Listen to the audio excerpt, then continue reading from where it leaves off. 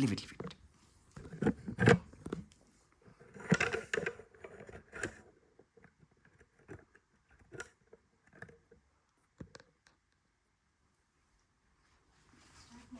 Start already. You can start now. Every impactful initiative starts with a simple idea. What truly matters is the courage to pursue it.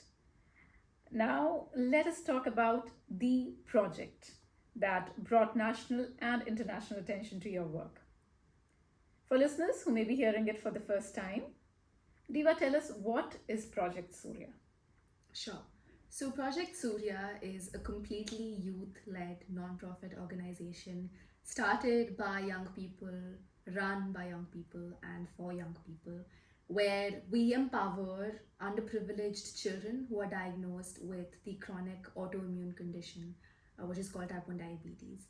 And we do this through a three pronged plan of action, like I mentioned: awareness, advocacy, and funding.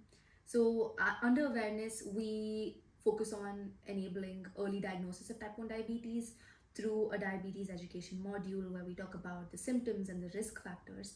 Under funding, we raise funds through crowdfunding and grants where we're able to provide insulin, which is really expensive medication that these children need to survive, on a free of cost basis, and also other consumables like glucose monitors and the strips as well.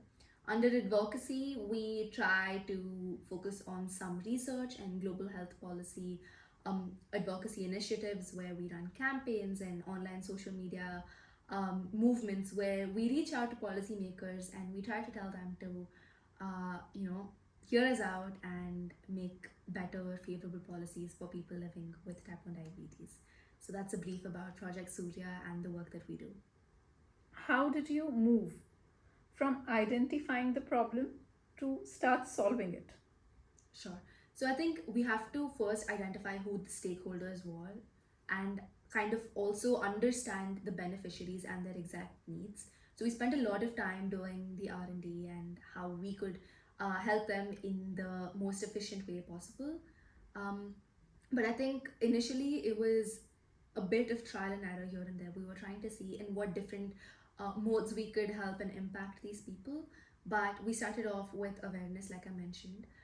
We had to ensure that this was sustainable. So we came up with a kind of idea where we want to spread awareness through a ripple effect. So one student teaches five more people about it. They go home, they tell their sisters about it, they tell their parents about it, they tell their grandparents about it. So that is kind of how we started off. And then once we gained more credibility with our work, we started partnering up with institutions like the Rotary and Inner Wheel, 1M1B, the We Serve Foundation, who are all very kind supporters. And from then on, we were able to establish a kind of credibility, which enabled further partnerships with government institutions, hospitals, and NGO networks as well. So that is kind of how we grew, and our team also grew in the same way, geometric progression. Initially, it was just me. I was doing everything. I was editing the social media posts. I was, reaching out to partners. I was doing the offline work. I was meeting the doctors. I was basically the whole organization. But then we started scaling. We started a small team with just people and volunteers from my school. And then more young people started reaching out to us on Instagram and LinkedIn and X. And from then onwards, I think we started rolling out volunteer applications, and that's how we grew as an organization that is completely led by teenagers and volunteers. Okay, what were some of the biggest challenges that you faced during the early stages? I think number one, of course, the lack of credibility because of my age. But we'll also consider the fact that there were a lot of latent supporters and not active contributors.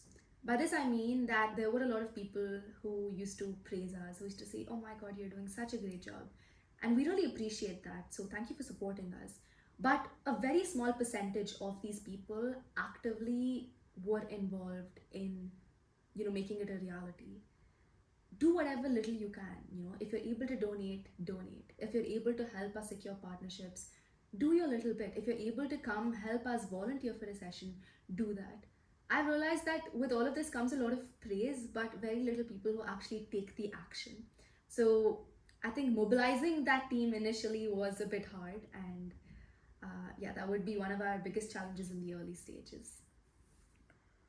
All right, tell me, did you ever have a moment when you felt like giving up?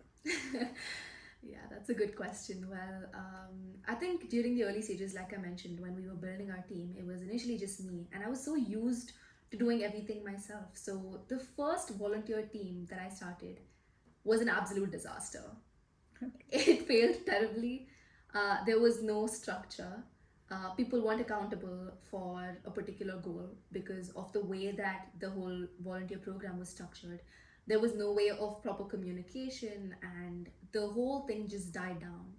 And I'd taken quite some time, going out, having the interviews, rolling out applications. And so it felt like a lot of that effort and time was futile. So I think at that moment was probably one of the moments where I was like, oh my god, maybe I should just not start a team. Maybe I should just do this myself.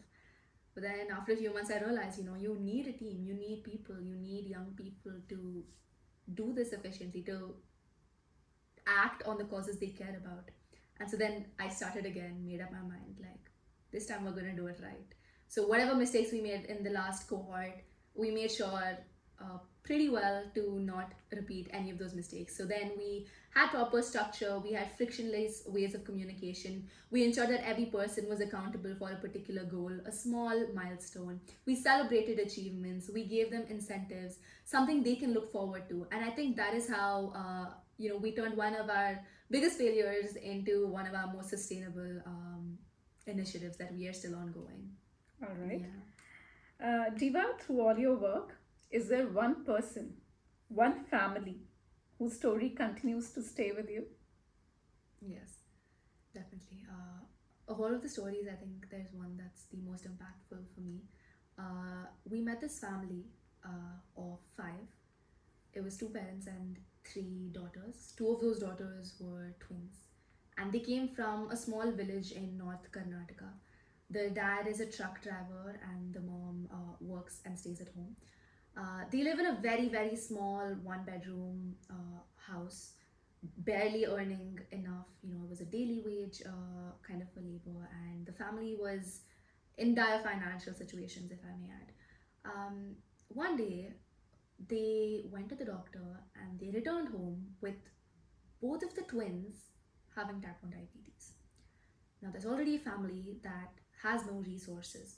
On top of that, you're asking them to spend thousands times two every single month to buy insulin for the daughters, to just keep those daughters alive.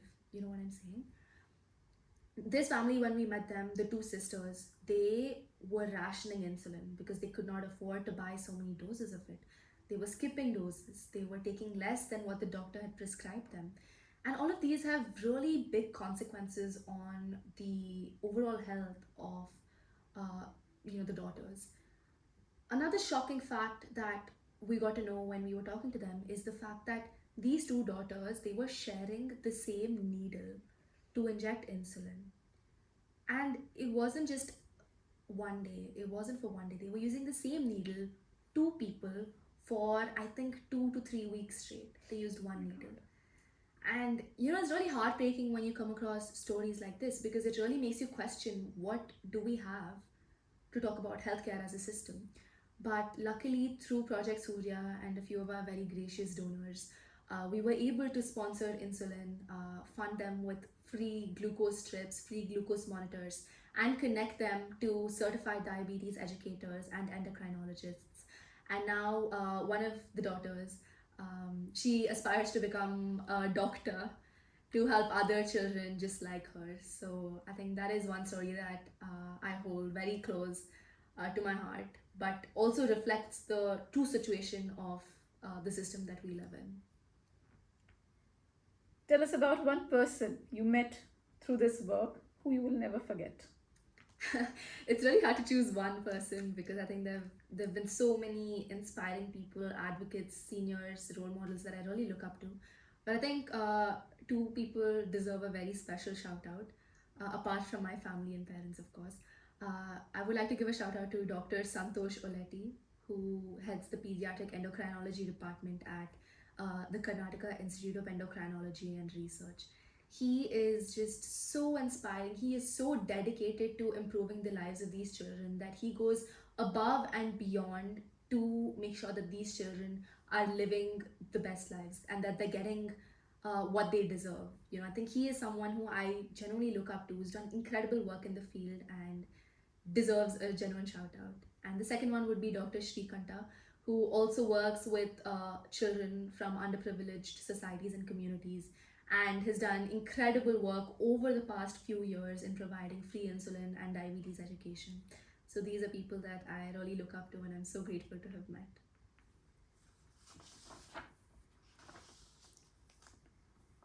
Diva, your journey highlights not only innovation but leadership at a very young age. So, at 17, what does leadership mean to you?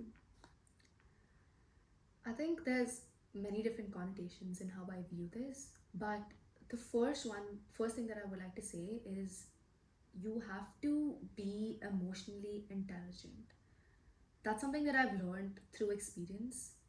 You need to know how to work towards a particular goal and gather people around you and inspire them to achieve the same goal in a way that it does not sound like you're like forcing them or enabling them to do it, but inspiring them to do it from within. And I think that requires a lot of understanding and being on the same emotional frequency as them, but also just being bold. You know, leadership means you have to take decisions that